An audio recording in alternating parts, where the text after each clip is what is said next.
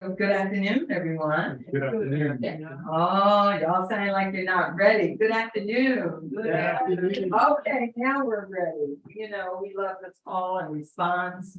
Today, we're going to talk about design, but I'm not going to steal Sherry Howard's thunder.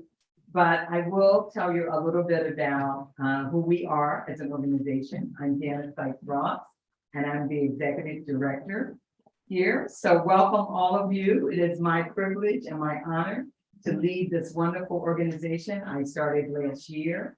And what WPCA does, someone asked me, who is WPCA? What do we do? What do you have going on here? So WPCA is the parent company, if you will.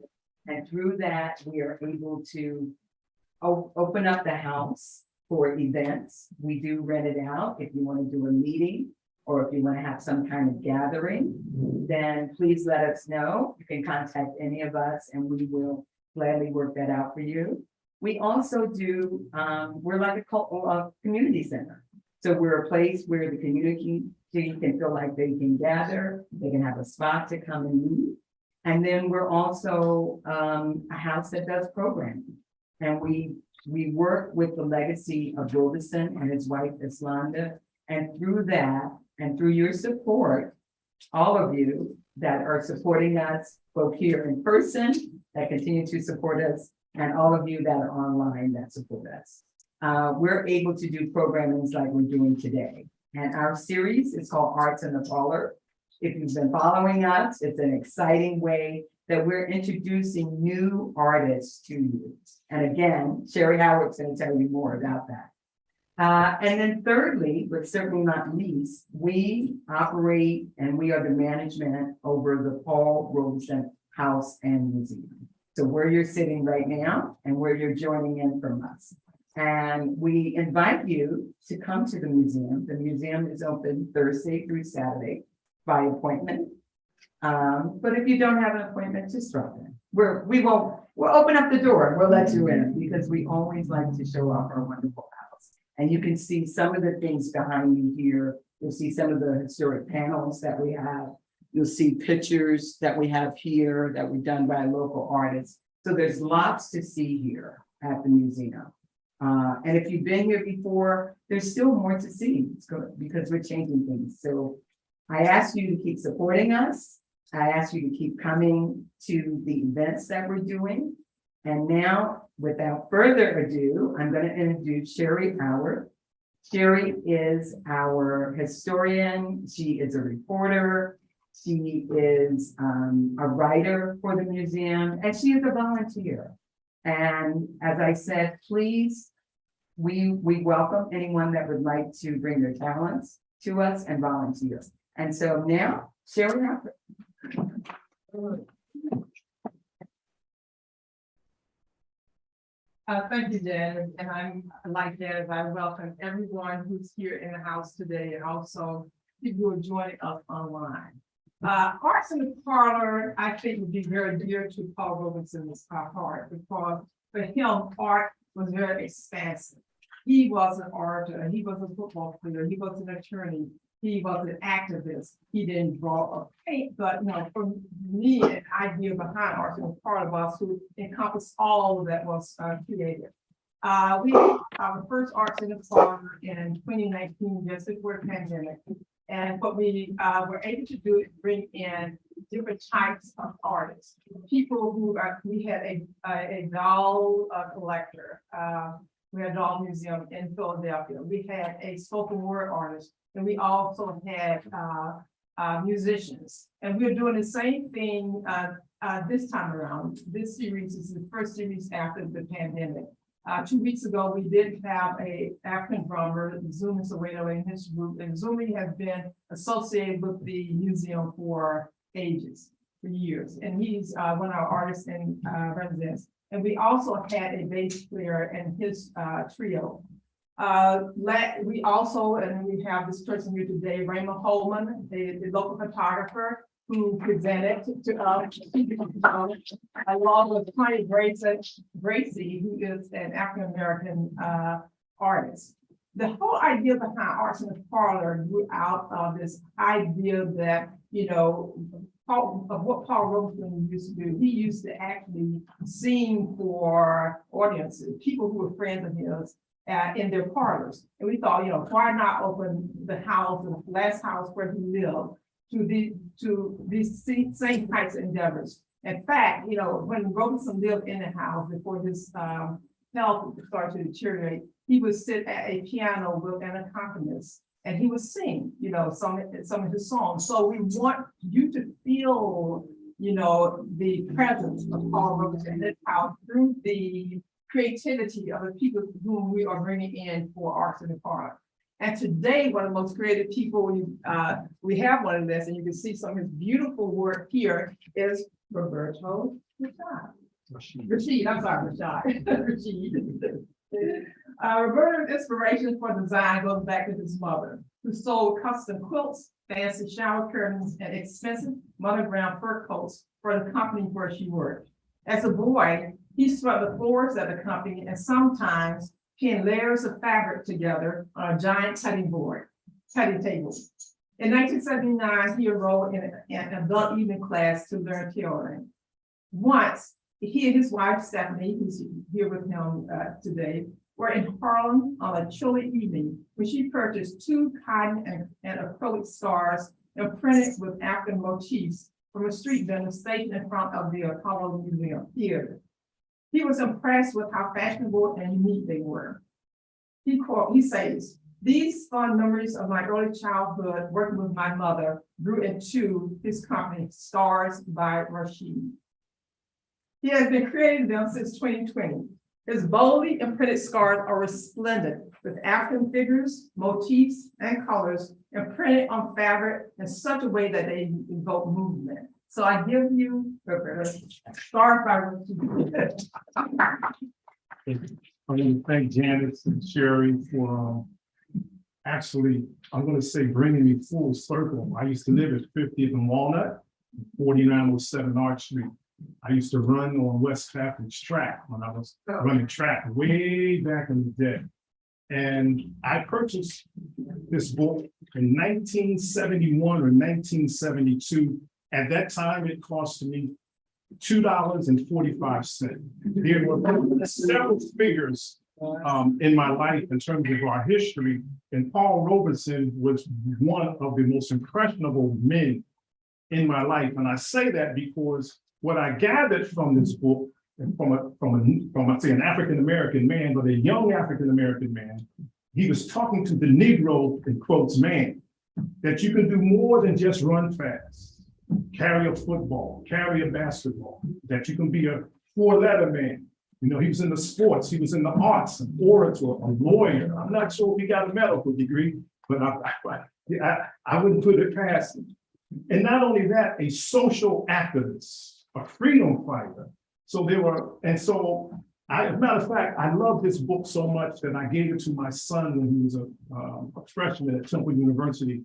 And so I won't tell you, well, I did say my age, 1971. I just want to read a passage because this is really an honor. I mean, you talk about God bringing you full circle to be able to stand and be here and be invited, because I used to run track. I played football. I played the trumpet for 10 years with Community College Jazz Band, right? So I can kind of see myself being influenced by him. And so I'm going to read this passage. And he was talking about his father and how his father wanted him to kind of achieve perfection. And he said, rather, it wasn't that he wanted me to achieve perfection, rather it was that the concept of personal integrity, which was his ruling passion, included inseparably the idea of maximum human fulfillment. Success in life was not to be measured in terms of money and personal advancement, but rather the goal must be the richness and highest development of one's own personal achievement. And so, and I marked this way back 50 years ago with the star and the crescent. So here I stand. And one of the things that being invited here today, and I'm going to read a little script. I don't like to get tied to paper. But when I got invited, and last week, Robin from Good Morning America, right? She was in Ghana. And she began to talk about how she was with the kente cloth weaver. And she began to explain what the colors mean and the history behind it and how it has a connection to royalty. And I could kind of remember everything, but this is to be worn in a ceremonial fashion.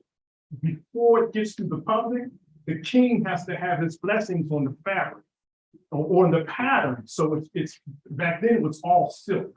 Now it's silk and cotton. And someone gifted this to me in the 90s. And because of this, now I made this week. It comes from a blanket. I'll call it a blanket, but a big sheet. And I did my research, and I didn't know what I had. That's why this is so important, because this is a 1950 vintage Ghanaian print. And so what I do is Scarves by Rashid. I started out with African motifs.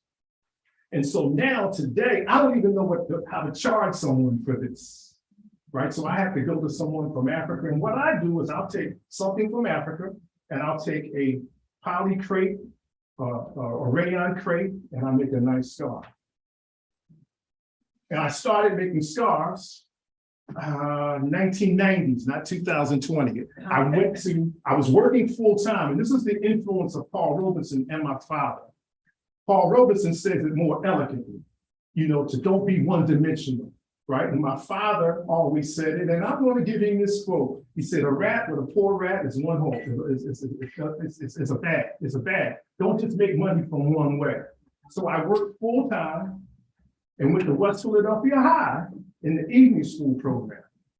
And this is something that I want to segue into what I think can help solve the problem of young Black men in the city and all across the urban area. And this is my Paul Robeson coming out. Because when they took this from the West Philadelphia High, the Randolph Skills Center, Ben Franklin had schools, you had carpentry, upholstery, auto mechanics. You had you can go to school in the evening for beauty culture. I paid $10 every semester to study under Mr. Stone right down the street. And I went to school 4 years in a row while I worked a full-time job. And God allowed me to exercise my potential, as Mr. Paul Robeson said. Exercise my potential. I started making my pants. I started making my wife's skirts, inverted pleats, box pleats, blind skirts, linen. Yeah, I got to know, because she knows that was my first wife. So, but now I make my wife's scarf. As I progressed, I went from still African, all African at first when I started out. I was making vests. This vest was made in the 90s when we were smaller. This is one of my first original designs. Mudcloth also comes from Africa. So I want to put down my paper because you can see this. And I'll talk about the colors because I get tied to the paper and I don't do well. So mudcloth, right? We put a nice satin back, and I would come to, the customer would ask me, I would measure you. This was my personal design. So this is back in the 90s. I can't fit it, but I may go ahead and try. I get back in the gym, I'll be able to wear it. And this was another one. This didn't have any buttons, so it kind of gives you a little leeway. So my first company that I started was called Uniworld Designs, and I had an artist draw the American continent, African continent, and two hands coming across the ocean, joined together. So this is how I actually got started. Fast forward, my wife and I were in New York, as Sherry said, and it was cold. Harlem, the river, it's chilly. She comes back with Rashid, I wore 2 scarves. And I put the scarf on, and it had a nice African motif. And so, I was warm. It was acrylic, nice pattern. And then I said, well, how much did you pay for this? And when she told me, I said, wait a minute. Wait a minute. You paid what? I got back home and my cousin, now let me back up. In 1979, I moved back to Philadelphia. I was living in Lancaster, Pennsylvania. You know, I'm gonna be humorous. You know, I married a Lancastonian. I woke up one morning and I said, I don't have a name. Everybody used to say, that's Tracy's husband. A small town. I'm sharing my story, right? So a small town, I woke up and I said, I'm going home. So my cousin had gotten out the military because I owed him something too. He had, Brother Roy Mills. And we had gotten out of the military and I needed a place to stay. He said, I'll give you 6 months. Because when I got out of the military, I promised I would never live with another man again in my life. But since your family, April, May, June, July. So since your family, right? I had to count the months, right? So in the 6th month, I got a job at Colonial Penn Insurance. He said, I know it takes you 2 or 3 weeks to get a check. I'm giving you 2 or 3 weeks, get your first 2 checks, and you're getting out of here.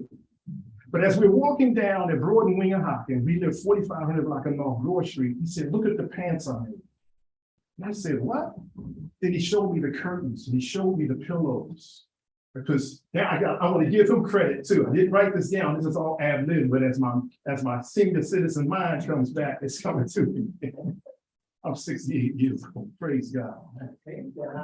So I said, wow, now my genetic memory comes back with my mother. The years that I grew up, 809 Sampson Street was on top of Chuckwagon. Chuckwagon used to be at 8th and Sampson in the 60s. And you can walk from Sampson Street to Chestnut Street, and the Jewelers Row guys were there. And I penned, now I know I had a bank. They used to send me to the bank. I didn't know what was in that little thing. He said, bring the receipt. I did the lunch. And I used to pen, but it was an industrial machine, full of industrial machines. So I'm thinking about my mother. When my mother had cancer, she passed away from cancer, but prior to her getting real sick, they put an industrial machine in our home and she could work from home. And she did quilts, monograms, fur coat monograms, all high-end pieces. So I told my cousin, I said, well, he was doing it freehand, but I wanted to be more refined. So I enrolled in Ben Franklin. I got an apartment in West Philly. I transferred to West Philly. From there, I went to West Philadelphia High for 4 years. I went to John F. Kennedy Skills Center for 2 years for pattern drafting. That led me to skirts. That led me to pants. And it's very nominal. You might have paid $10 for the whole semester. Then I'm still working. I retired as a professional salesman. And this is where Paul comes in at. This is where my father comes in at. When young men can learn something, anybody could have fired me. I'll never go home. I didn't do it. If I want to talk about your creativity, if you don't do it for the money, right? Because it's one thing to save for the dollar, and he mentions this, and it's another thing as an artist, and I call this my creativity. This is my outlet. And you were talking about therapy. We can teach our young men and women to do things with their hands as while they're pursuing their degree. We know some young people, they photographer, he did photography. You can do your hair, you can do your barbering while you're doing all of those things. And so my creativity began to come out. And then I started branching out. And this is, she said 45 minutes. I don't think I can do it. This is where it comes. We started out, and I'll share something with you. You can start your children out with the most inexpensive machine as possible. And the only thing they want to do is learn how to control the pedal. And we started out with paper. I started out literally doing the what do you call it? The paper towels. He would have paper towels, and we had to learn to control the pedal. It's an industrial machine. Guard your hands, control the paper. We learned how to make tic-tac-toe lines on paper. Didn't even learn how to thread a machine. Once you can master that, making a straight line on the paper, then you take some material that you don't want, you buy the cheapest material, a t-shirt at home, get some colored thread, and then you learn to make straight lines on the thread. Then you learn to join two pieces of fabric together. Now I want to share this with you. I met an upholsterer. And I asked him, did you work with kids in high school, with school? He said, I did, but they don't know how to read a ruler. He said, my job is not to teach them how to read a ruler. So these are little things. Do you know you have to know a quarter of an inch, 3/8, 16ths, right? You got the seam allowance. If you know you want your pants to be a 32-inch seam, you can't cut at 29. But these are little things that engage their mathematics. It engages symmetry. I'm a stickler for symmetry. Right? You know, I'm just because I want things to be symmetrical. And then as I went along and progressed, further education, I'm still working full time. I took courses at Philadelphia College of Textiles and Science and garment structure. And the only kind about that is that they didn't teach you how to do men's clothes. The fashion industry is geared to women. So I learned how, and this is something else that you're learning, and I'm speaking to the audience, but as you have children, I was listening to a podcast yesterday, and he was talking about when you want to be an entrepreneur, when you want to use your creativity, you have to get beyond the bad results. He said you have to have a tolerance for being bad at something before you could be good at it. Right? So that's why you work on material that doesn't mean anything. Because you can't put the material, you can hide it. You know, you cut something short, you can hide it. So, you know, I want to share that with people in the audience. We have to find ways to get our young men involved with what I call creative learning with their hands. I don't care if it's gardening. If I had the money, I love wood. Okay, and I'll go back again, because this is about, I'm using this as an educational opportunity. This is not just about Scarves by Rashid. When we grew up in the public school system, you could go to school, your junior high years at Cook Junior High, you had carpentry, you had plumbing, you had electronics, we had the printing press. It's a German name. You had to learn how to set the type. We had auto mechanics. And this is something that as parents and as people, we have to fight for again. I'm trying to be a solutionary, even though I'm here and you've invited me here, but the Creator is putting something in my spirit because we want to solve this violence problem. I'm sharing with you, when you create something and people say, I made that, do you know how inspiring it is to take something from God's creation that's a raw material and then people pay you for it? That's inspiring. So the earlier that we can get our children, I'm trying to, I don't know what y'all want me to say. But this is Roberto Rashid from Scarves by Rashid. And do you know when I'm in a fabric store, man, I'm like, this is like crazy. Right? I get, now, when you are an artist, you cannot go 365 days a year every day. That's why some of the best artists, Stevie Wonder, some of the best artists, they put out their work and it lives in the universe and then you don't hear from them for a while. Right? And that's how I am. One of my mentors said, keep your hand in it. Because, you know, I'm in sales. My wife would say, I worked for Comcast, I worked for AT&T, I'm telling my age, I worked for the Yellow Pages. Way back. And if I didn't produce, I didn't get paid. But this was one way that I could put on my John Coltrane and go into my studio and cut and look at it. I got fabric. And, the other lady that has the quilts, we were talking on the phone about how I have so much fabric because it doesn't go away. So if I'm using my time, I want to use my time to all of our African-American carpenters, bricklayers, right? And I'm going to give you an example as I was thinking, reflecting upon this. I don't play the lottery, but if God did give me a windfall, I'd find me an African woodcarver and an American retired carpenters, and I open up a wood shop and I teach them how to make bookcases with African carvings. And then I go to corporate America, I take my sales experience. This is like one of my, I don't even want to call it a fancy. I call it like a solutionary mind. And then I would say, okay, you want to stop the violence? We want to take men, young men, we want to build bookcases, and then we want to put the African carvings. Why? Because I'm taking from the motherland, from their creativity, I'm blending it in. This is acrylic, right? Viscose and cashmere. So I'm taking a European fabric, cotton fabric, an African motif, and now I'm blending it together to sell. I'm going to close out with this, this piece. This is African motifs inspired. I got this in Harlem. Now, it may not look like an African design, but we as a people were the colors. And what I'm learning about being a designer is that I have to be gender fluid.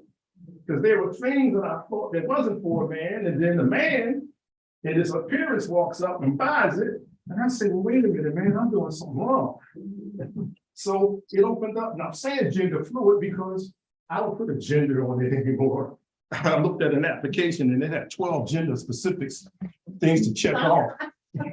I just knew I was checking off male. I'm adding humor because when you're in the business, I don't, you know, I'm not a materialist, but God got me to get that dollar. So I'm having a little humor, but I'm not going to be like the lady that doesn't want to make the cake for a regular heterosexual. I'm taking everybody. Because a scarf is a scarf is a scarf. Right. So I'm just using something. I don't have a mirror, but I just want to show you how, like, right, all I need now for my next hat. Yeah, I'm on Prince Landing.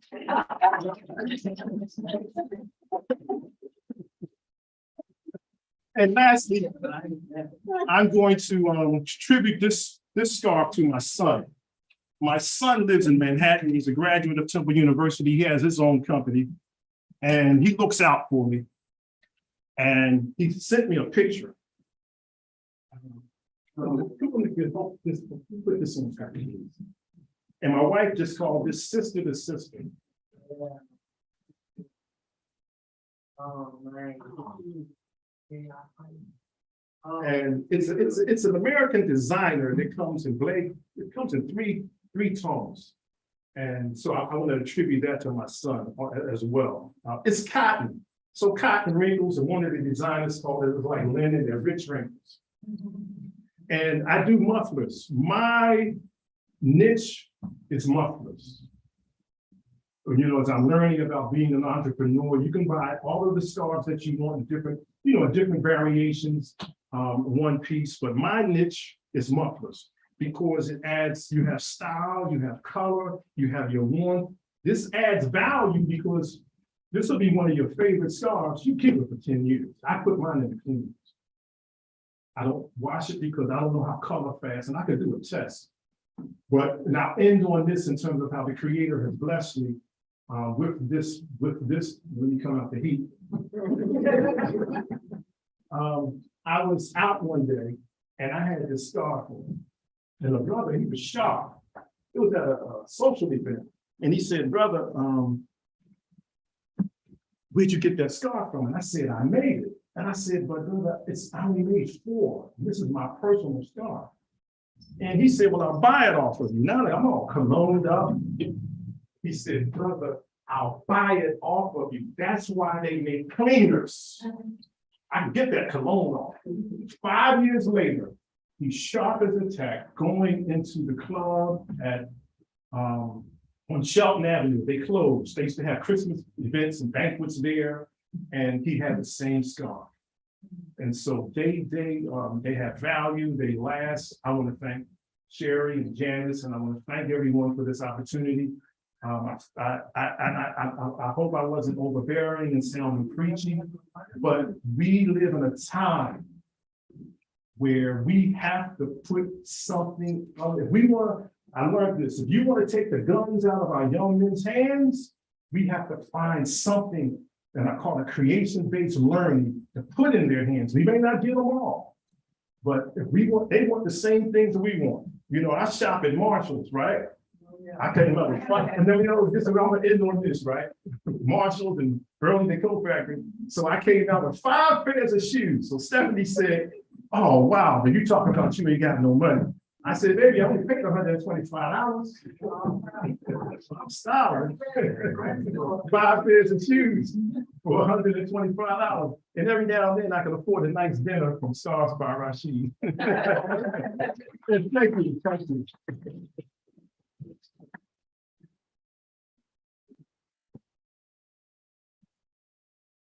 Actually, that was tremendous. So now we want Let's to, read this question and answer. yeah, we're gonna do Q&A. Don't start taking down yet. We want to keep looking at all this. And we want to take questions and then also, are you still gonna do a few giveaways? Yes, I'm gonna do one One. here and one for online if, Okay. yeah. So Okay, so we're gonna do 2 giveaways. This is major. now, I don't know if you have a piece of paper and we can have a hat, if everybody takes a number, or how can we do that? How can we make it such that everybody has an equal opportunity? That's a good idea. Sherry, will you help me with that? Okay, we'll get a basket and we'll let everybody drop their name in. But before we do that, I know there's tons of questions because I've got questions. Okay. But before we go to the question, I will share something with you. That I was an English major. I guess once you are English major, you're always an English major. And I graduated but it wasn't fulfilling me. I was teaching, but that wasn't fulfilling me creatively, right? Because like you, I grew up with a mother that was always sewing. So I ended up going to Fashion Institute of Technology, Okay. FIT. And to this day, when I'm buying something, I buy it from the inside Right. out. So when you were turning over your scarves and looking at the fabric and you talk about viscose, viscose is a wonderful fabric. Are you guys familiar with viscose?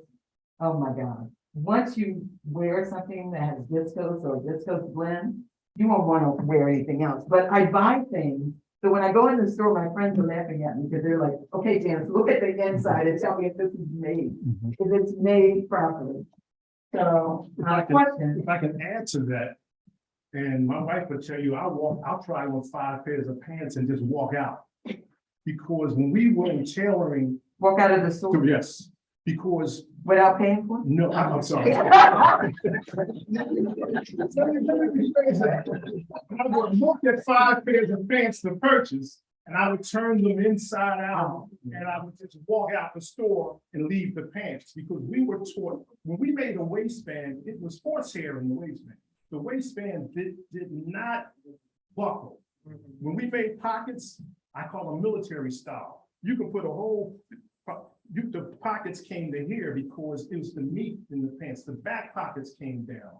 We give you a 5-inch, no, a 1/2 inch seam allowance on each side. And in the seat so that you can take the pants in. When you buy pants now, they may narrow the seam in the back. You can't let it out, take it in. But that's all because of profit. Now, why did I get out of tailoring? One, because you're not going to pay me. 2, I don't do it now because my stomach could not, my 68-year-old stomach could not take the pressure of perfection. Because you have to take your time. In tailoring, we hand stitch this seam before we sew it. Right? Everything is hand, everything is hand. But now I'm waiting for questions. But it was something that she stuck with my mind. When you get to talking about her construction. Yeah, I can see you get all jazzed up. You got me jazzed up. So who has questions? Sherry, I know you had a couple of them that we were talking about. Go ahead, Vanessa. What's your question? I was just wondering, these are wonderful scarves, and I know I love the one that I have. But do you take it out further and do other things other than the scarves? I'm branching out into pocket squares. But because of how I buy the fabric now, and then of my age and time and my commitment, I'm developing my website. Now you can send me an email. It's Rashid, RASHID 02 at Comcast.net. That's RASHID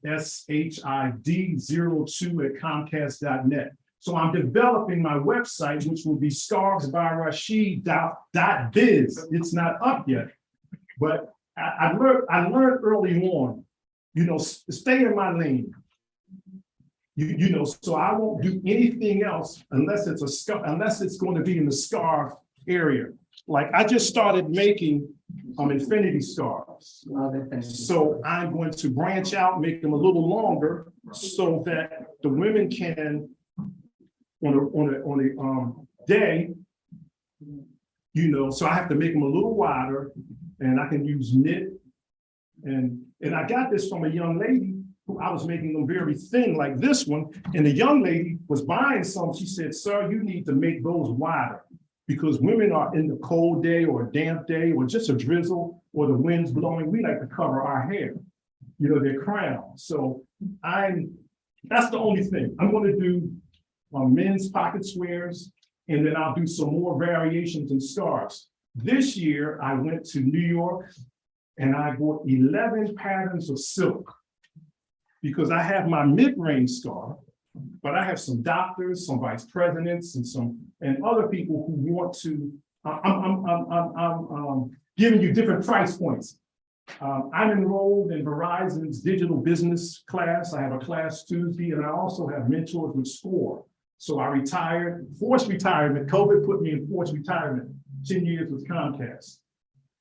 And so from then, I've just been slow walking it, taking my time, coming back into the scarf now to make it, you know, a viable business interest. I have my class on Tuesday on profit margins and how to do projections, because I love this, but I need to get a return on my investment for all that silk material I get. So it'll just be scarves. So, young lady right here, Delta Sigma Theta had a question. Mine was to get an idea of your price range for your scarves. I know that it's going to depend on Right. materials that go into it, whether they change the length. Right. To So, accommodate somebody that's taller. okay. So, Those kind of I did bring this one and I'll do measurements. So this one's a little longer. And so I'll do 72, 75 inches long because I have a 2-foot cutting table. So I can't accommodate the big man. I'll just add a little more because it's an extra. It's an extra half a yard in terms of material. You know, you can buy a quarter, but you might as well just go ahead and keep a half. So I'm going to say these can go from 30. These are 40. And then my silk scarves may go from 85 to 100. But the $100 one, they're limited editions. One of the things that I don't do is make a lot of any one thing. Like I call it my bouquet floral effect. You'll see, I just can't help myself. So if someone is going to your website and they see a design, like the sister's design, then you will sort of customize it to that individual. Well, this is the good question, because we're doing 100%, this year we're going to have 100% cashmere backing, or which is a little thicker, or a 70% silk, 30% cashmere, which is thinner.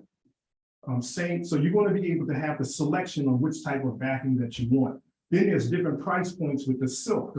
I should have brought a PowerPoint, but I don't want to show anybody. Well, we're gonna have you back. Yes. This is not your only time. Okay. So yes, Okay. it could be customized. Okay.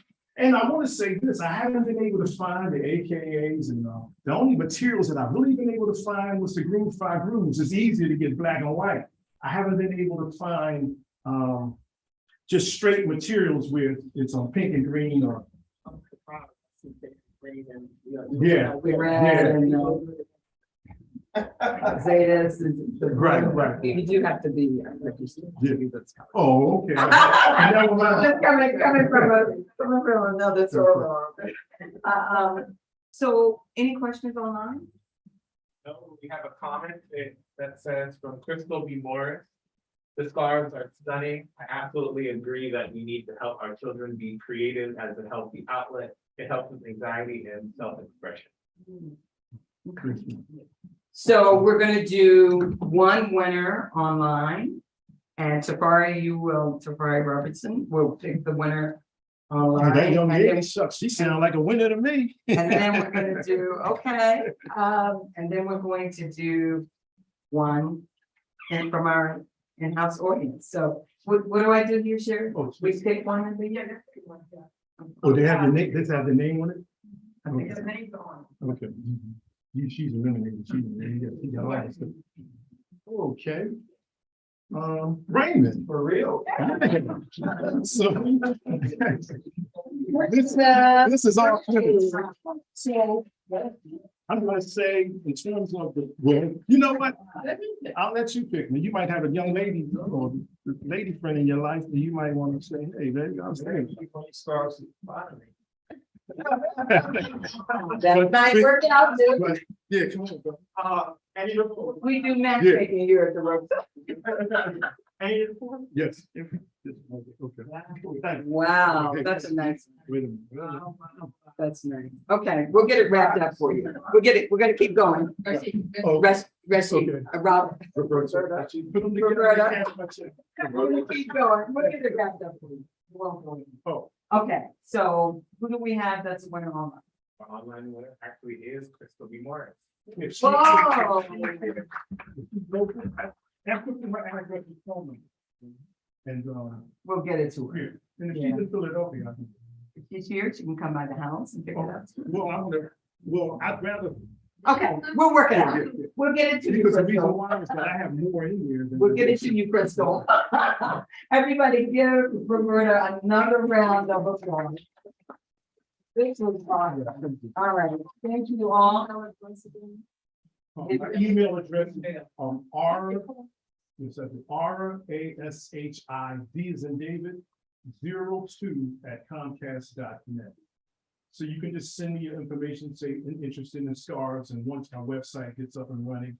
On November the 17th and 18th, that Friday and Saturday, I believe that's the 17th and the 18th, we're at the Waldorf School for their holiday show. And in December, the second week of December, we're at the Water Tower in Chestnut Hill for their holiday show. So we do, if your church or your organization or any that's having any holiday affairs or different things, you can also send me an invite. So I believe we also have some information on Eventbrite still or on our website about Rashid that you all can go to our website, paulrobesonhouse.org, and you'll see any of our arts in the parlor artists, and you can get their information from that as well if you're not taking notes now. But thank you again. Thank you so much. So we're going to do just a brief intermission to get ready for our next presenter. So we're going to take like 5 minutes. If you're online, don't go anywhere. We're going to have more things for you as well. And thank you for being engaged. And we're going to take a short break. Okay, we can hear now.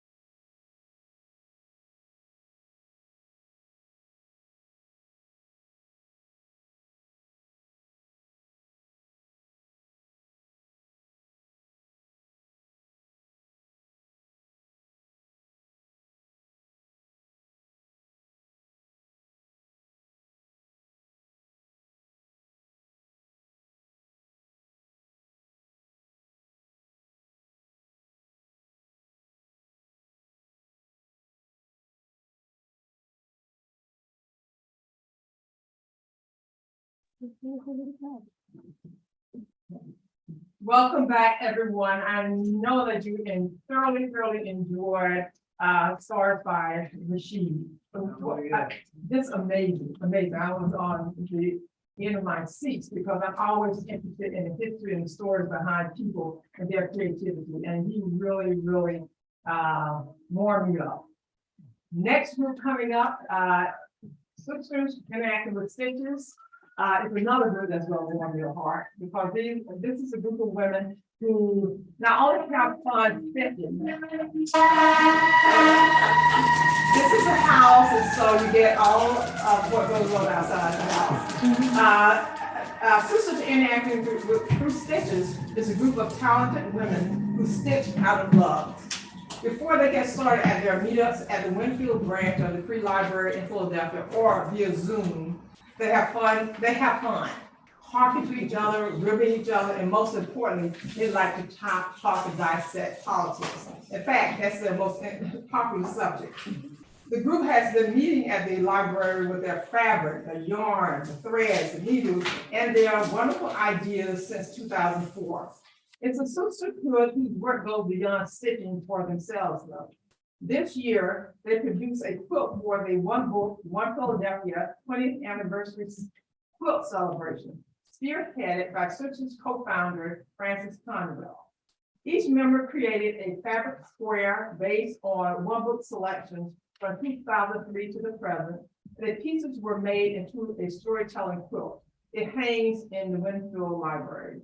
They have also crocheted and knitted bonding squares, hats and blankets for babies, and shawls and wraps that were donated to hospitals. I now give you Sisters Interacting with Stitches. You see, they get right here. Thank you, Sherry. Wanted to start just talking about Sisters Interacting through Stitches. It was founded because of a scarf. I went to the library one day trying to check out my books, and this young lady, my left, your right, asked about who made your scarf that you were wearing. I said, I did. I just want to check out my books. So she said, who made the hat that you're wearing? I said, I did. Can I check out my books? She said, would you be interested in starting a crocheting and knitting group? I'm like, sure. Never thinking that it's going to happen. Almost 20 years later, it's still happening. So these two ladies who were the co-founders, Jacqueline Perry and Tracy Ray, they have since passed, but they go with me everywhere we go. And I always honor them, and people know that they were responsible for us having this group at the Winfield Branch Library. Well, with the group started as the women just coming together, learning how to crochet and knit. So some people come and they don't know how to do a basic chain. They don't know the difference between a crochet hook and a knit needle. So when you say, do you knitting or needles? So you have two. As Janie is knitting right there. Cassandra is sewing. Jennifer is sewing as well. But I am also crocheting. I'm going to have them introduce themselves briefly and say why they came to Sisters Interacting through Stitches. Other than Janie, who I made to come because she's my biological sister, so she had no choice but to come. Janie, would you speak a little bit? Yes. It looked like Rashid was winging it. Wait to hear me. Well, I learned how to knit when I was 7 or 8 years old at the YMCA. We were born and raised in West Philadelphia, we were on 42nd and Fairmount, and there was a YMCA around the corner, and they had activities for the neighborhood kids every weekend. So every Saturday I go there, and we would either paint or draw or play games, learn how to swim. I mean, we had a lot of activities there. And I haven't touched a pair of knitting needles since then. But one day I was doing nothing, and Frances dragged me to Center City. There was a knit out at the convention center. Didn't know anything about it, had no idea. But there were so many people all lined up to go in when the event first started. There were seniors, there were a couple of men there, and grandmothers with their grandkids. And when I got in there, everywhere you looked, everybody had yarn, piles of yarn. And I just picked up a set of knitting needles and it just fell back into place, everything. And then I loved it. And when we started Sisters Interacting Through Stitches, Frances kept booking us to donate items to hospitals. I mean, the one that I loved was the hat for creams, because even now, if I see a baby on TV, I look to see if that baby has a hat that I made. It's so easy to make. You learn how to use. Oh, before I learned how to use the double pointed needles, we were meeting in our regular Saturday at the Winslow Library, and some women came in from Lower Maryland. I mean, they came to our house and they were making hats right along with us, but they were making beautiful little hats. Hats made like little Christmas trees, a little ice cream cones, a little cupcakes. I'm like, wow, what are those? You come to our house and embarrass us. So while I was at the library, I picked up a couple of those books on how to make baby hats. And I just thumbed through it. I saw the little clown hats and little angel hats. I said, okay, it's time for me to learn how to use these double pointed needles. Oh, and I met Jennifer. I need to call her Dr. Dan, because she can fix any boo-boo you ever make it. The woman had skills. I mean, she really had skills. But I love the events that Frances booked for our group, the things we donated. Like I learned how to make shawls, and I mean, I just love knitting. It's peaceful, it's relaxing. I don't have the words to describe it, but I love it. Hey, Jennifer. Hi, everybody. Jennifer Clayton. I've been crocheting since I was a young lady. My grandmother taught me how to crochet.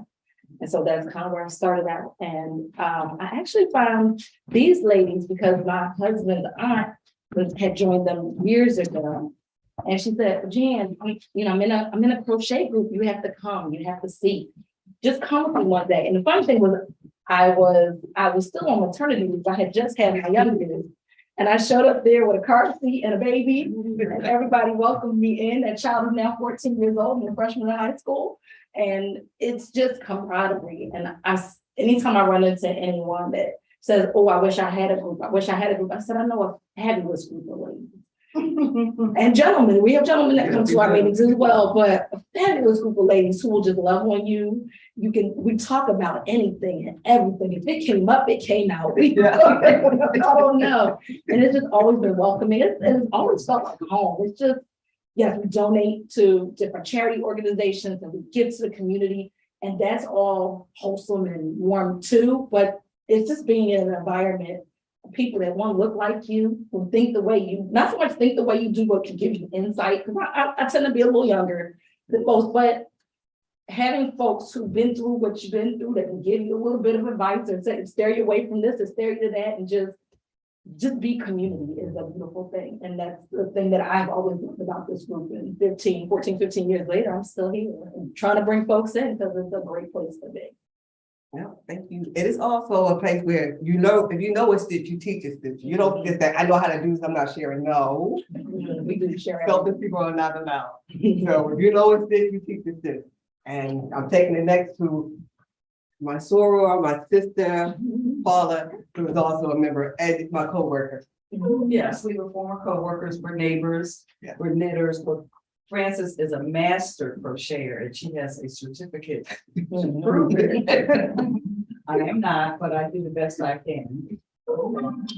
I'm Paula Lamb, I'm from West Philly. I started knitting when I was 8 years old, but I'm not as diligent as the rest of the people because I also sew, and I actually did more sewing when I was growing up. I had an uncle that died, he had a sewing machine. My father brought it to the house and I started sewing when I was about 11. Because my mother wasn't mechanical, I could figure out how to work the machine. I made this sweater. It's very big and loosey on me, but it's fallish looking, so I thought I would wear it today.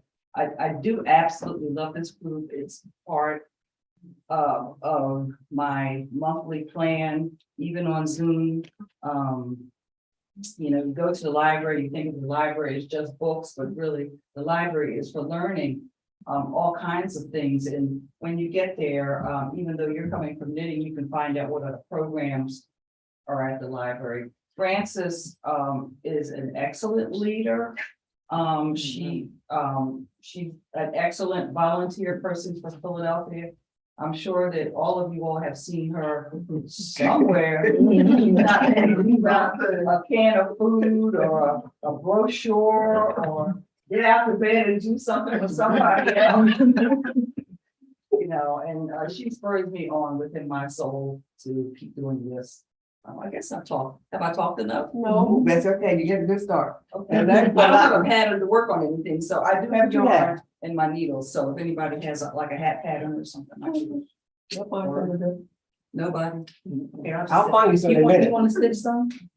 I'm into Sashiko right now. I'm a little low key addicted to Sashiko. Oh, that's like embroidery. Mhm. Oh, okay. The last but not least is the lovely Cassandra. Okay. And Cassandra, actually, I met Cassandra, she was teaching at Robeson Center, teaching seniors, the art, what was it called? Art and seniors? I have no idea. Just Now, you talk about a talented woman. Go ahead, Cassandra, talk about yourself. I'm actually a teaching artist for the Pennsylvania Council of the Arts, and my medium is fiber. Frankly, this is the second crochet piece I've done since hooking up with sisters, I think, 2018, 2019. I learned how to quilt so that I could interpret my great-grandmother's quilts. My great-grandmother lived from 1869 to 1967, and I had 25 of her quilts. And I ended up doing my dissertation on her, but I apprenticed to her youngest daughter to learn how to quilt so that I could figure out, how to talk about her history and what she left behind. And my first 3 quilts were for my baby daughter, who's now 29. So quilting is one of my media that I work with. I work with wool. I had a flock of sheep. We had a farm in Bucks County. The sheep are now at Pennsbury Manor. And I use the wool on the sheep to make felted items like this. So when I'm teaching, I am teaching traditions that have been handed down by hand, by practice, within communities, within cultures. This is a community of women that I get to hang out with. And share stories and exchange ideas. Sometimes they're intrigued by other aspects of my life, but I am intrigued by the stories and the good deeds that this community of women gets to do, sisters interacting with your sisters. But quilting is my thing, printmaking is my thing. Aprons, probably. I'm doing a series of aprons that have been in progress for about 15 years now. Whenever my mother came home from work, much like Mr. Rashid, she had a job for the government, but then she'd come home and put her on her apron, and she would always say, "Let's get busy." So I call these series of aprons that I've been making for many years, "Let's Get Busy." And these are ones that I did 2021 that include printmaking and African fabrics, but I can go through my life through my aprons that I've made. Aprons, quilts, and when Frances says it's time to create something crochet for somebody, I am putting the skills that I learned from my grandmother, crocheting, to work. Okay.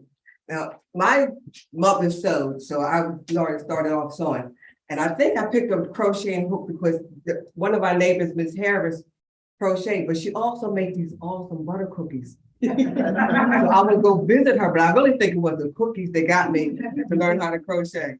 And I didn't realize until I started talking about what I did. I worked as a social worker at DHS and how stressful it was and placing kids. I never thought about the fact that I would crochet blankets for every baby that I placed.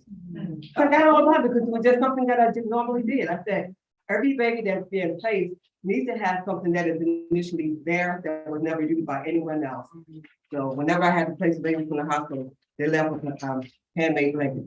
I put this up here once once in winter, because this was one of the events that Janie referenced, that we participated in. Actually started in 2003, but they didn't have the actual knitting event until 2004. So we've been donating stuff to them forever and a day. I can't even count the number of items that we donated. And I always say, if you can count it, you haven't done enough. So whenever I commit us to a project, my commitment to myself is to start with 100. So 100 is already done. So what y'all want to do to add to it? So they're like, here she go again. Somehow we get it all Yeah. done. Every year since 2009, we do our MLK Day of Service project. And the first year, I think this was our first year, I really wanted the t-shirts that they were giving out because you could see Barack Obama that's on his t-shirt. So I was like, you're giving out shirts where people just talk about stuff? Like, what? We're gonna crochet and knit something for y'all. So our first year we donated to Save the Children. And I think the first year we done like 197 hats. A lot of times it's rapid turnaround. But the second year, because these are organizations that were repeat. So we repeated with them and ran into another organization. I think they were called Busy Fingers.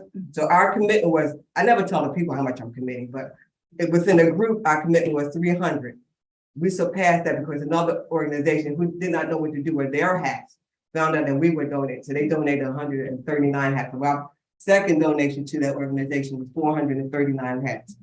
So that's a pastime. The next one you'll see, I have this one because the lady Karen, whose last name I cannot remember, but she was part of the Philadelphia Freedom Fighters out of Girard College. They won an Emmy. So she came and this is the Emmy Award that she's sharing with us. So that's why this picture is in there. Like, I love that picture. Then on the far right or far left is another one I MLK Care Service projects. Every year we do a different one. When we did hats for babies, we did lap blankets for cancer patients at Mercy Hospital. We also did lap blankets for veterans homes. We do a lot of lap blankets throughout the year because everybody that has an abundance of yarn that you call yourself hiding your stash. And then when you go in your house and you can't get in there, and the room your stash has grown. I never say no to yarn. So when people say, we're going to donate yarn, you want to take it? Yes, because all throughout the year we do projects. Lap blankets are the quickest ones to make because you can take the big fat knitting needles and work real fast. You could take the big fat crochet hook and work and make it any day. And you can take UFOs on an unfinished fishing project. Yes, you can. But the best project was for me doing a little baby. I love making baby clothes. So we did Operation Shower. She was throwing the blankets. This way, I would never do this project again because it was taking squares and I was being creative. So I said, bring in your knitted squares, your crocheted squares. It doesn't matter. And then I didn't realize that you got to put all those squares together and they're not, and they're all different shapes and sizes. So I had to like get my borders, and that took me a while to make all these blankets. So when I finally got all the squares together, it turned out to 17 blankets that we turned into Women Against Abuse. These are the blankets that went to the hospital, Mercy Hospital. And these are the scarves that we turned into Operation Gratitude, which is for men and women in the military. And they're like one of our third organizations that we were before. I also wanted to say that I had a church member who was from, she was Afro-Nicaraguan. And every year, this is before the pandemic, she would go down to her home parish or village, and they would have a event for new mothers in the community, and everybody would get a baby blanket and I guess maybe some diapers and whatnot for babies. And I told Francis, and I don't have the picture, I was looking for it on my phone. And I'll give it to you whenever I find it, so you can put it in your slide show. But my whole dining room table, similar to this photo on the right, was filled with blankets. And they were beautiful. They just weren't corny or anything like that. Everybody really put a lot of, and the women down there were so appreciative. I want to say that's something that the group also do. Yeah, we do a lot of that because it's everywhere in the city there's somebody that's needing something. And when the pandemic came, first thing I said, okay, after 15 minutes of being stressed out, I said, okay, sit down, what can you do? I can crochet. So I started crocheting masks. Especially when I looked at the people that had to, I first I didn't know it was, I thought it was just scarring, but it was the mask that they were wearing. They were so tight that they were leaving permanent scars in front of their faces. So I crocheted some, and I sent some, my niece is a nurse, so I sent some to her, and I asked her, you can either to wear it, I made it thin enough that you can wear it under the mask. So I use a light cotton that you can wear the crochet mask under yours to keep the pressure off your face. Because some people were sharing masks, which I thought was nasty. You wearing a mask all 8 hours or 10 hours. I don't want to wear it after you, but they were a shortage of masks. And other people in the group started making masks. All the masks were no cost because I said it was already paid for. When people donate yarn, I cannot charge you for something that one is needed, and two, I got the yarn from somebody else. And it takes no time to sit there and just crochet a mask. For me, it didn't take no time. I gotta finish it. So, and like I said, again, I can't count the numbers, but I know I shipped some to South Carolina. I shipped some to Kansas. I might have shipped some to California, but anybody that says, we need this. And I reach out to the ladies, they probably say, here she come again. But yeah, yeah, I'll come again. And y'all got time on your hands. Well, I'm retired, I got too much time on my hands. Those of you who do, I ask you to crochet. It's never mandatory that if you're doing any projects that we have. It's always if you're able to do it. And if you can't, you don't have time to crochet it, people usually donate yarn and say, Francis, you can do this. And yes, I can. So these are some of the organizations that we donated to. I kind of write down what we actually donated. The one Save the Children, we did that for 2 years, and COVID actually stopped some of the programs that we couldn't touch. They weren't accepting items. This year, they started back accepting items. Foster Care for Success was the Red Scarf Project. So everybody created different types of red. You can see I got kind of red. But you just crochet knitted red scarves, or you could do the fabric that you can use. No. Sorry about that. This soft one, did you know how they cut off the ends when the flannel? People would make the flannel scarves and they would just take off the ends. Yeah. Hats for cancer patients, you had to use the soft yarn for the cancer patients. Again, Women Against Abuse, we did the baby blankets, Operation Shower. I love making baby outfits. So for them, I made like a lot of baby dresses, little sweaters, the little onesies, and I got hats and scarves for little babies or toddlers. You really can't give babies, but you can get a little toddler with like the little baby scarves out of the scrap material that you have that. So you can, nothing is wasted. I'll put it that way. My sister's place is an alternative living arrangements for young ladies and their babies. So we donated this year about MLK, their service Operation Shower, and my sister's place both be benefited from the products that we made. Veterans, anytime we can support veterans or enlisted soldiers, we try to do a project for them. Again, with the cancer patients, you can see the veterans also, a lot of times when they donate, they only think of the men that are veterans, they never really think of the women. So when we did our project, we did the lap blankets, they could be for either war, but we did an abundance of shawls for the women, and that's what their response was, nobody ever think about us. That is true, because when you think of veterans, you mostly think of male. Children's Hospital, we did the hats and blankets for them, as well as Einstein, we did blankets for them. The little incubator blankets, they're like really like a little square. A little square. Today is a good day. Today is a good day. It's for preemies, for the babies that are in the NICU unit, and for them, they call them binding squares. So they're little squares of 4 inches, and you make a set. One is worn by the mother during her visit with the baby, and the other one is worn by the baby during their visit. And at the end of the visit, they'll switch. So the mother takes the baby set home, and the baby has the mother's set or the father's set that they keep overnight. Mittens for Detroit. I made these lovely mittens. I didn't want to send to Detroit, but they actually did get there. Because I was surprised at how good they came. Yeah, did I make this? And I, guilt, like, you really got to send them a you can make it another set. But they only reached out one time, so I just responded in kind. Gift of Life, that's for organ donors.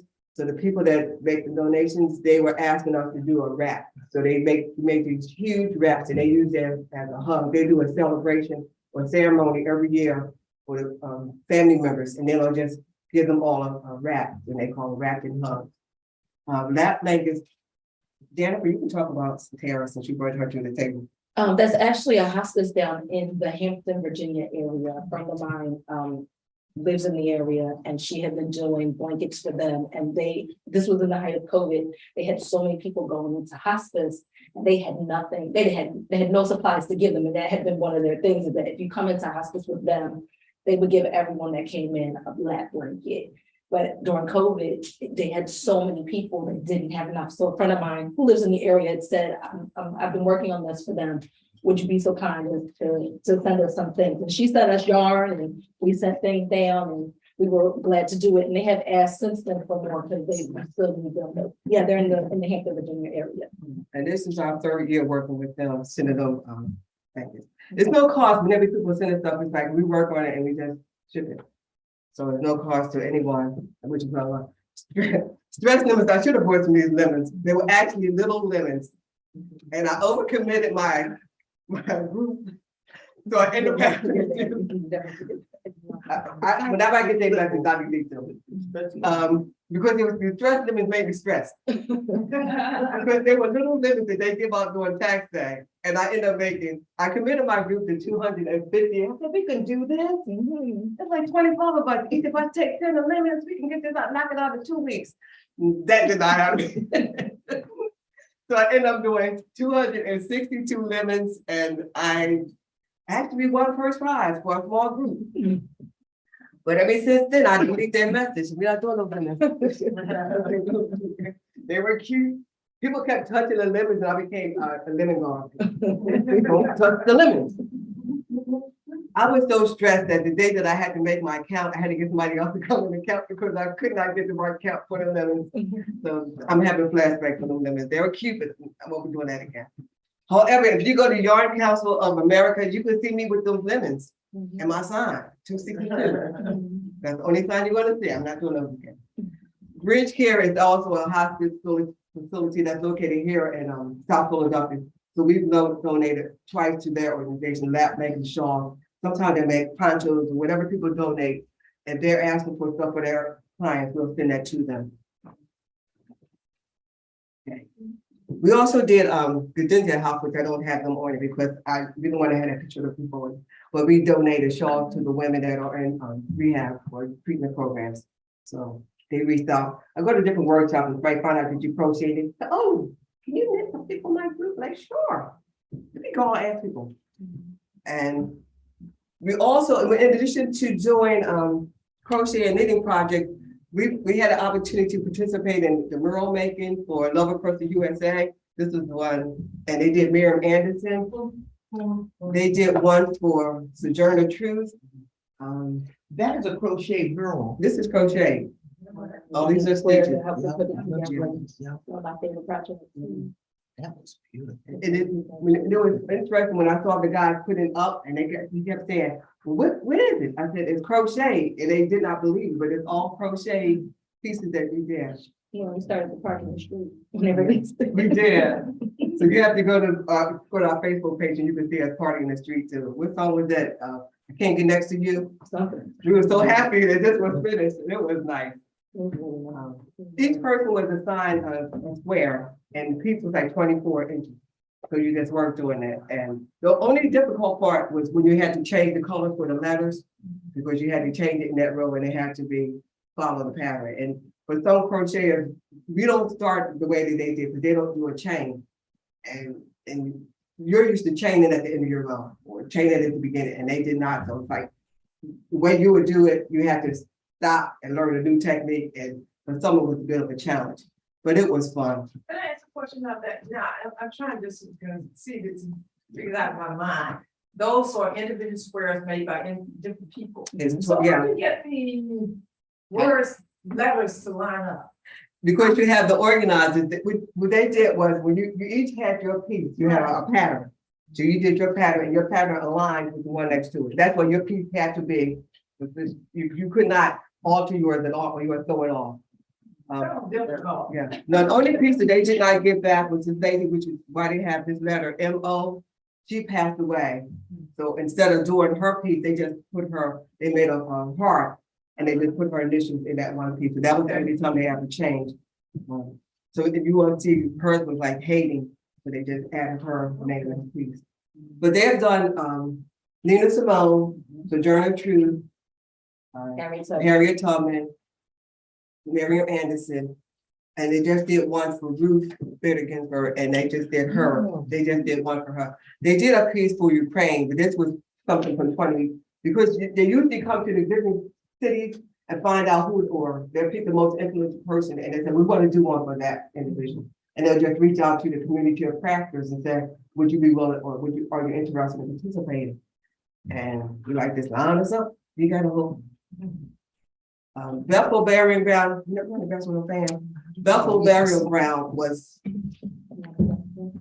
it was here at, it was in one of the exhibits that we participated in, that I did not even know that there was a cemetery in South Philadelphia, which was not considered part of Philadelphia at one time, because Black people could not be buried there. But what they did was they gave us a fan and they asked you to find that book right here, the book that you have in your hand. If you can hear that, this little book right here, which you can open up, it has the names of all. We speak your name, but I wanted them to be remembered. So it has the names of all the people, and this was the hardest thing of this grade.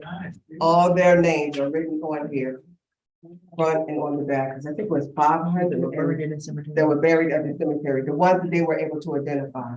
So each person is represented in here, and they talked about, you know, the ones that they were able to find how this person died. There were some that were stillborn, they were babies at 6 months or less.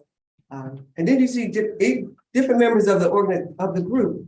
You ask them if they wanted to do a fan, and you pick the person's name, and you did your fan reflective on the individual. So I did one for Harriet Tubman. I did one for, I think, our trainer, and the last one was just to represent all of the people that were. It's called their directory. So it has all of their names in. Cassandra did pieces for that. Janie did pieces. Janie's pieces there as well. I think it was like 12 or 13 of us from my group that actually did fans, and they had it on exhibit at City Hall back in, who was that? It was right before COVID. Before COVID. Yeah, everything was before COVID. Because actually it was supposed to go on tour. The exhibit was from January the 21st, 2020 until March 13th. So they stopped right at COVID. And it was supposed to go from City Hall to Bubba Bethel Church. Yeah. And the day once COVID hit, that was taken down. The next exhibit that we participated in was Dreams of Freedom. Would you like to talk about that? Yeah. So the city of Philadelphia had a 200th birthday celebration to honor Harriet Tubman. And a group, Santoka Artisans Guild, put out a call to invite folks to create commemorative quilts. And we ended up getting 40 pieces, not just quilts. Quilts, crocheted dolls, crocheted tapestries, from really around the country. We had a gentleman from California who did a 6 foot tall, beautiful quilt of Harriet Tubman. So it was at the City Hall. This exhibit was at City Hall from February of this year through mid-April, and then it traveled to the Johnson House, an Underground Railroad site in Philadelphia. There's currently at Pennsbury Manor in Bucks County, which is the county home of William Penn, the founder of Pennsylvania, and it'll be there through the end of the year. So that's it. Yeah, that's right. And it's interesting that even though we saw the exhibit at City Hall, every time we see it somewhere else, you get a totally different picture of it. But Pam, you had a chance to see that exhibit? Would you share some information that you come to reflection? I not only have a reflection from that, but I also have a reflection from attending some of your other events. Oh, that's right. Yes, so you all had an event, I know the day, that was my sister's birthday, it's July the 17th. And I brought her to the Felton workshop that you all did at the library. And my sister's piece It's in her living room. She did all the hair, but she's a hairdresser. And she had all of this hair for her felted piece. I didn't. And when you walk in her house, right as you come in the door, she had it on a single chair and it just laid right on the back of the chair. You walk through some of the other artwork and stuff that she has in her foyer. But you came right in and you saw that piece and it was just so beautiful that it fell on her birthday. I just scooped her off and said, I'm taking you someplace on your birthday. You're gonna enjoy this. And she loved it. And I learned felting technique from Cassandra. I take people's stuff and say, oh, I can use this with mine. I always try to figure out how I can use it for the next generation. It's like knitting and crocheting. You brought a good part out when you talked about the therapeutic part of it, of the arts. One of the young ladies, I volunteered for youth group through the Department of Human Services. It's called Growth Track Program. And I took knitting to them. I asked the little girl what her hobby was. She said texting. I thought she was joking with me. And then I asked 3 other ones. They said texting. I said, oh baby, texting is a habit, not a hobby. I need to give you a hook with a needle. One little girl, she actually picked up knitting, and she said when she went to school, she was knitting, and one of the teachers was going to stop her, but the other teacher said, this is as high as she has been this year.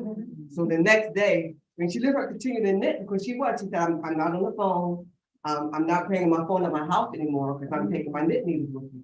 But the teacher actually brought her some yarn the following day. So I was like, people are recognizing, and they're using it in a lot of schools, teaching kids how to be calm, how to sit still, and use your hands for more than your thumbs text. Texting isn't really a hobby. It's not a hobby at all. It's not a hobby, it's a habit. I just think like my daughter's now 29, her hobby is needlework and embroidery, because when she was 4, put needle and thread in her hand. And I had a little loop, and her preschool teacher said, well, these are pinching skills. Those are the skills that you need, like holding a needle and putting it through a fabric. Those are the skills that you need to hold a pencil properly. And even today, when I see young people doing very wrong things and holding pens and pencils, I say, well, you never learned how to sew, did you? And they didn't. So, but my daughter learned those skills very early on, and she was actually sewing competitively before she was out of high school. Wow. So now, as her pastime, I mean, she works as an editor, but as her pastime, she picks up cloth and a needle and thread. Those are skills that do stay with you very much. And my grandmother taught this to me. It's been a long time since grandma's been around. Yes, it still stay with you. And we've gone almost full circle for a lot of the sewers in it. We started for One Book, One Philadelphia. It started as a community quilt for the Kensington and King Stephen area, and that was Sister Nana Marisha. And she wanted to do a community quilt, but the people in our group did not follow through. So I really took my pieces back. I said, well, you're not finishing your quilt. Let me do one, because I wanted to do a One Book, One Philadelphia for the Winfield branch. So, and that's what we did. And it was so much fun. And this is the quilt in Toxic. You have to go to the Winfield Branch Library to see the actual quilt. And each section represents one of the books from 2003 to 2022. And it was just amazing seeing how people, we did a series of in-person workshops. So every day for a week, when our library open hours, people were coming and working at me. I really was the quilt police. I did not let them. Once I got it, they didn't give it back. I was not going to have a repeat. I'm not giving it. Like, no, you give me your piece, it's mine.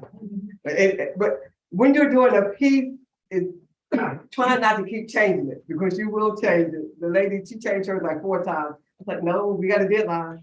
I thought I had read every one of the One Book, One Philadelphia books, because I participated in Winfield Library's book club. Yeah. And Frances gave me the only 2 books that I had not read. I said, what am I supposed to do with these? And she said, well, just show your interpretation of the story. So I read The Yellow Bird. That was not a good story. It was a war story. Yeah, it was a war story. And I read Waiting for Snow in Havana. Now that, if you look closely at my book, my interpretation, you'll see you'll see the palm tree, you'll see the lizards. And it was all about Cuba, when Castro had taken over the Cuban Revolution. And this was a wealthy family that lived there. Castro just took their property. I mean, when they became communists, they just took their mansion and threw 20 families in there. You know, but most of the rich people were getting out of Cuba. They were packing up and going because he kept all their money that was in the bank. He just took everything. But the people that were still there trying to hold on to their valuables, they sent their children to the United States. And this was way back in the 60s. And I remember when all those Cubans were living under the expressway in Florida. But these two boys, one wealthy family had two sons. The sons ended up in Chicago and they had never seen snow. And oh my goodness, their first Chicago winter. But it talked about the boys growing up, and what the boys used to do was catch lizards and pull their tails off because the tail would grow back. So that's the fun that the boys had as wealthy kids, just playing around. You know, they went to private schools. They didn't really play with the other children on the island. And they had nannies and, you know, housekeepers, and I mean, their lives totally changed. When they came to America, it was awful because she sent her two sons here. The mother sent the two boys here without her. They lived with a cousin that lived in Chicago. So of course they had to get work, and I think it was like 7 years before she saw her sons again. But it was a pretty good story. But that's one book, one full of them. Do you guys participate in that? I've heard about it. Yeah. Because when I would get on the L in the morning, everybody would have whatever book we were reading. I just presumed that everybody. The library, as the public library is my library. Because I couldn't keep these books in my house because I didn't put them. But all my books are at the library. I just go to my books, I read them, take them back. In an orderly fashion. Never knew what a fine was because my books were not done. I don't know who these target people. From this quilt, we actually we reached out with Paul Robeson house, so I'm going to show you at the end. Y'all gonna get a surprise. But I'm doing this is our last PowerPoint. In addition to all the stuff that we do, we don't just crochet, and then we do other things as well. We have workshops that turn your business turn your hobby into a business. Stand with women, talk about social justice issues, all kinds of issues that impact women. Everything impacts women. Black History, we do a Black History Celebration Program. Veterans Month, we honor some of the local veterans in our neighborhood. Some people that I didn't even realize were Marines or the Navy. But we did a luncheon for them. We did a movie screenings for them as well. So we're hoping to do something next month for them as well. We did will writing workshop because a lot of us are Asian and we need to make sure we pass it on to the right people, or the government will come in and say thank you. Women's History Month, we did. Oh, they be hollering, thank you, like the echo in the wind. We do a Women's History Month, just honoring local women in the community who have done just being. So many women are actually not giving their props, so we try to give them, just a little bit of things. Just thank you. We see you, we recognize what you have done, and we appreciate what you're doing. We want you to keep on doing that and bring another young person up with you to the next level. We did Delta Sigma say that they did their Know Your Status workshop at the library, all day fiber arts activity. That's what we did, all the activities that one day. You came in, you could learn how to use the looms, you can learn how to knit, crochet, quilt, fiber. Cassandra did little guy in the wool, which was a hit. We had bracelet making, any jewelry making, so we just had an excellent time. And we also do drives. We did the feminine hiking drive that went for No More Secrets for an organization that has the only sanitary hub in Philadelphia, and they're located on Germantown Avenue. And that is actually our formal presentation, but I do have one other piece that I would like to show. Can I get Sherry? And Ms. Michaels have something that she wanted us to work on because she back there acting like I didn't see her. Come on up, Ms. Michaels, and bring your clothes up with you. She has she got a piece from 1951. She got a piece from 1951. Piece of cloth. So set up the piece that you're going to be using. Go ahead and set that up, Francis. Francis, yeah. No, I'm saying, before she leaves, we're still live. We're setting up the piece that she's bringing now. I'm gonna move over, right?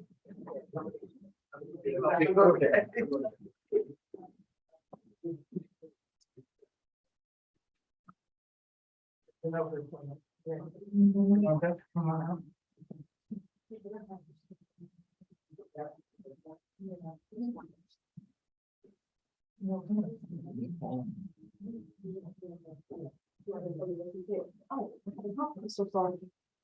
Ask you to come, you walk away from me, right? You're gonna have to call the district court and put your hands. This piece goes back to 1951.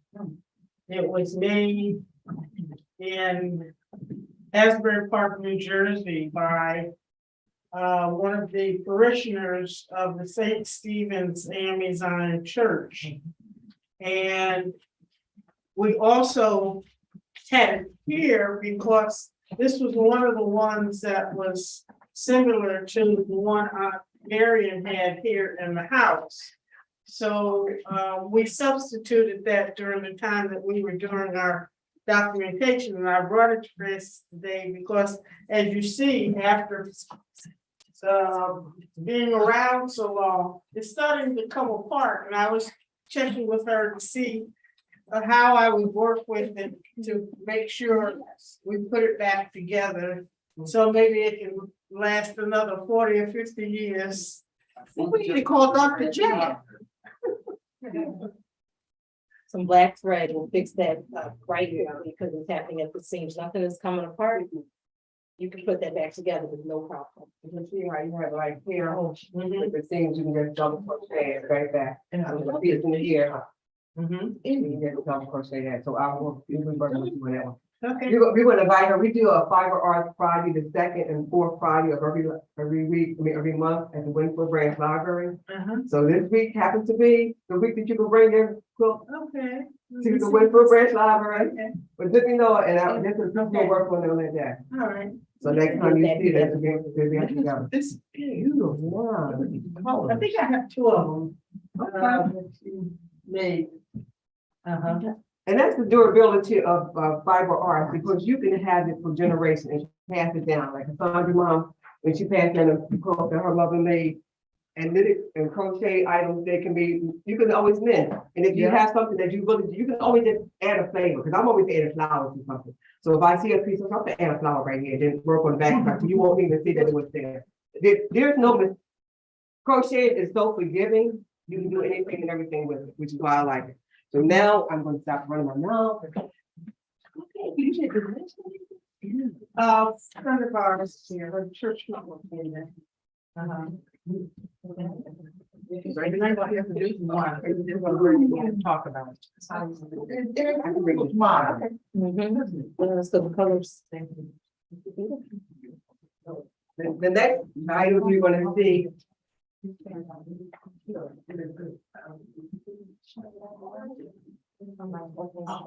Is a piece that we created for Paul Robeson's house. So it was called Paul Robeson's hat. Wow. Awesome. You can see all the different, some of the hats from the different roles that he played as an athlete, as an actor, and as an activist. He was Phi Beta Kappa, and it's also Golden Hat, so he's an honor society. He spoke over 20 languages, so that's a little first array. Sports, he wore baseball, he wore football. And he was also an alpha. That's right. That's all we got on the photo. Right. So he got to read, so this is like a little book, but inside of our 2 pages in newsletter that he was an editor of. Freedom was the name of his newsletter. He wore these hats in a lot of movies, but he also wore them during the time that he was presenting to other organizations. And it's called they called it the newspaper hat, but it was also known as the Mutton Jeff hat. So you'll see a lot of the guys wearing them. You know, the Dora that he used to wear. This hat is from the movie, The Showboat. You know that Old Man River that had these breathe on the head and put them on. The Fez is when he did Othello like over 196 times. Yes. When he was in Othello. So this is a list of all of the plays that he acted in, all the movies that he was in, as well as the record of all of his beautiful performances that are reported to. And this is just a funny hat, it's a beautiful job. This is a little funny hat, I just like, because he had on something, I just made a little bit dark, if you can play with it. And then the last one, he always talked about lynching, so he did the American Crusade for lynching in 1946, I believe, and they just passed the anti-lynching bill. The president signed in March, so that's what we see that. His leather football helmet. Yeah, that's my favorite hat, I love that hat. Which one is that? Football. If they didn't have a real football helmet, they just had a little metal thing.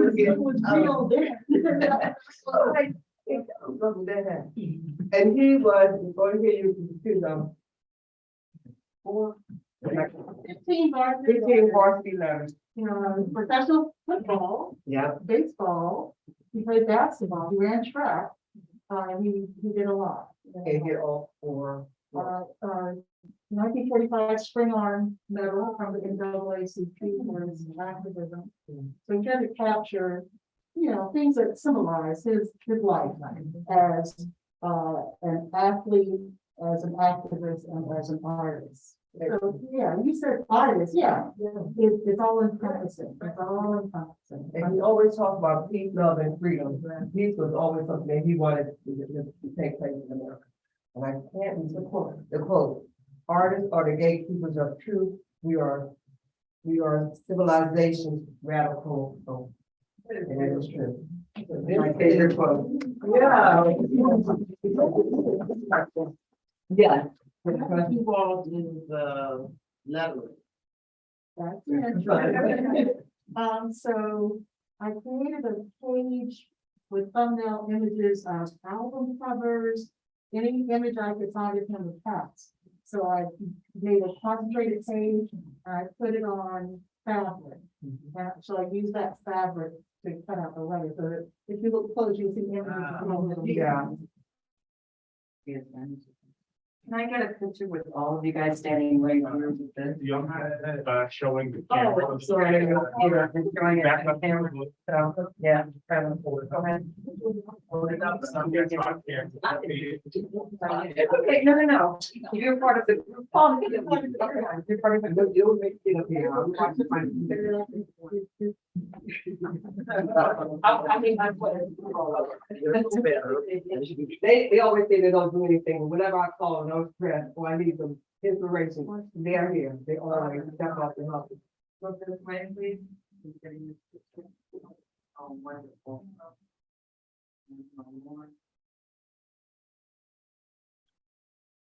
All right. Thank you. Very cool. We should not go out and ask about that, do this. Yeah.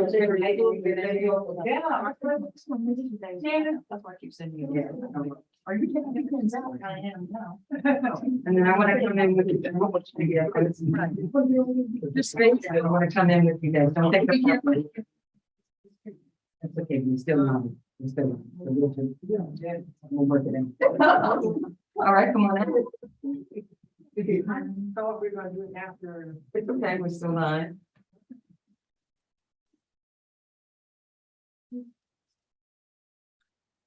All right, and we're looking this way.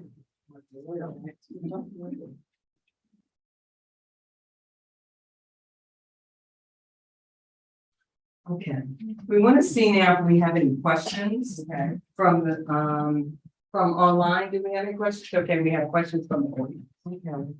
Yes, we have questions in the audience. Thank you. We want to say thank you all so much. Questions in the audience. I have a comment. You said something that's very encouraging to me.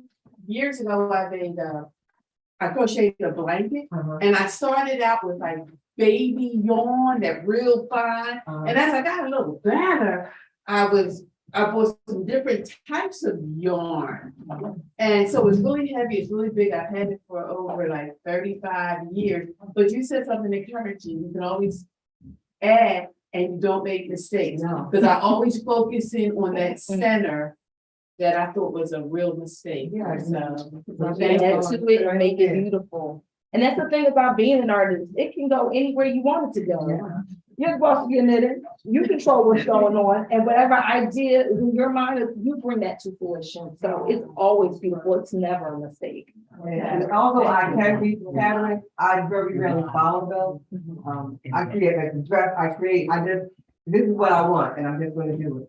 When I'm teaching young kids, I want them to learn how, and not to be afraid, but I teach them how to do the friendship chain and the bracelet. So that they can do, oh, I can do a chain, and you can make a bracelet, and that's all you have to do is a chain. The same with the necklace, it's easy, and again, if you class it up, it's easy, Okay, how beautiful. You can just put your beads on there and just keep right on going. and the fun part is that in the winter, like around now, it's good when you sit down watching TV. Yeah. And I can put some fringes on there, like you said. I can still be creative, and it's not a mistake. No, every part. I just say the add flavor to whatever you're making. Here's anything. Okay, we have another question.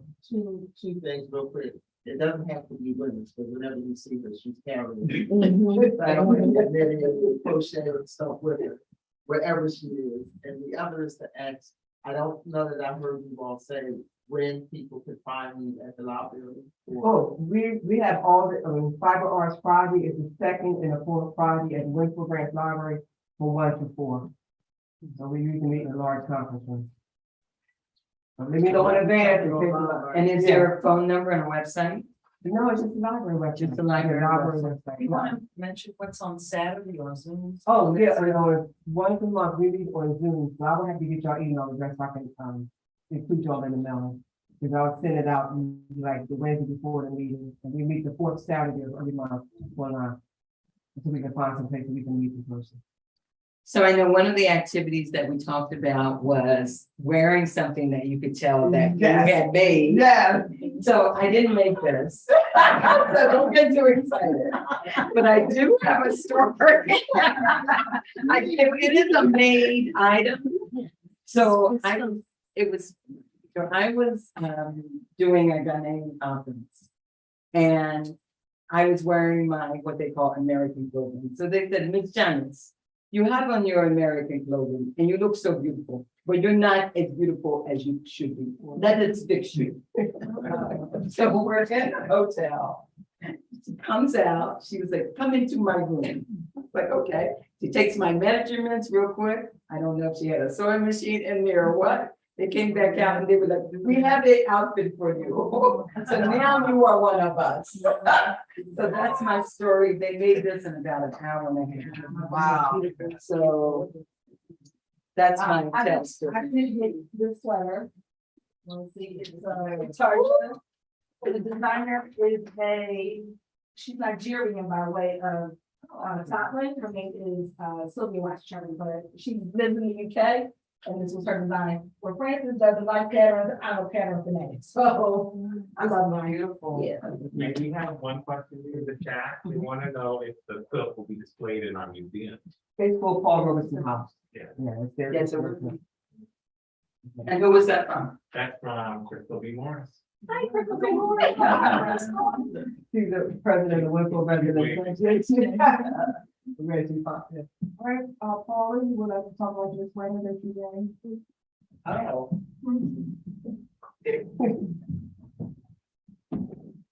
I got this yarn in New York. Sometimes we go on a bus trip to Vogue knitting. And they had a big bin. And you just, it reminded me of the old Joe Moore, you just. Pull it back. I have no pattern in mind, but I just pulled it up. It's actually more mohairish than I've ever worn. And it took me a while to do this because hard time following patterns, but I did it. And it's kind of neutral, so it kind of goes with it. Yeah. Yes, that's right. You're blending it with their end. Right. Yes, what nice one. Oh, it's nice. It looks better. Turn to get it. Check everything. You're live. Okay, and you should do the picture. There you go. Thank you. Anybody else have? Okay. I have a question, and I was just looking at the hours, do you all have a space and for an opportunity to grow into a time slot that working people would be able to find you? Right now, the only, late hours they have is Monday and Tuesday, that's up until 7 o'clock. We're trying to get the recreation center, but they haven't gotten the staff to go, so we're waiting for the city to kind of like build their staff so we can have access to that. But we always looking for a place or a space that's free. We're gonna, we don't have a budget. Yeah, I think it's the size of our group is the biggest problem, because now that after COVID, the group sizes have to be so small, but we're not a small group. So it's just a few of us here today, you know, finding the space for groups. It's like the guy offered me a space, but we meet from 1 to 4. And he said, well, you can come 10 to 12 and at 3 o'clock, like. Hey, thank you very much for that. I can't tell you to go away for 2 hours and then come back like that. Nobody heard it. But it was nice of you to do that. And then my last question is to both presenters, and that is, I do a lot of work in the community and we're doing a lot of stuff in anticipation. I would pull up in class when we have a program that's on Zoom on Friday evenings, and we're looking to go back into the community and begin doing work, and we're looking at the anti-violence, and we know that a lot of housing has to go into the effort of back to basics. I'm always talking about back to basics. So we're looking at using games to first open up the lines of communication, intergenerational group gatherings, and going back to playing some board games that, you know, putting the phones up, they go in the bin when you come in, and we have to work with our hands and work with our mouths and work with our minds. So I asked if I could reach out to you all as we establish those things in order to have you come in and present, but more importantly, to get them working so they're into the project. It's like creating safe spaces, which is what we simply have been doing since 2004. We create a safe space so you can come in and talk about hard issues, but the issues are not really focusing on you because make it global. And there are global issues. Because our kids are not just hurting here in Philadelphia. They're hurting globally. Our people are not just hurting here in Philadelphia. I wear my vote maker because I want people to register and do part 2, which is actually vote. Part 3 is actually vote for my people. But that's I can't. Yeah, but you have to be a part of the process. And that means when you talk about the kids being on the street, these are, I call them my cousins. These are our cousins. But we don't do it, when the world comes into work with our kids, they come in with a harsh hand. So we as adults, each of us can be one little piece. So you see that sisters interaction and stitches, they talk about everything. We could be here all day just joining in these great conversations. We want to thank them again. Thank you all for coming. And thank you for being part of our Hearts in the Corner series. We're going to have Sherry Howard to tell us what to expect for the next couple of weeks. So thank you guys so much. Thank you. Thank you. So we have.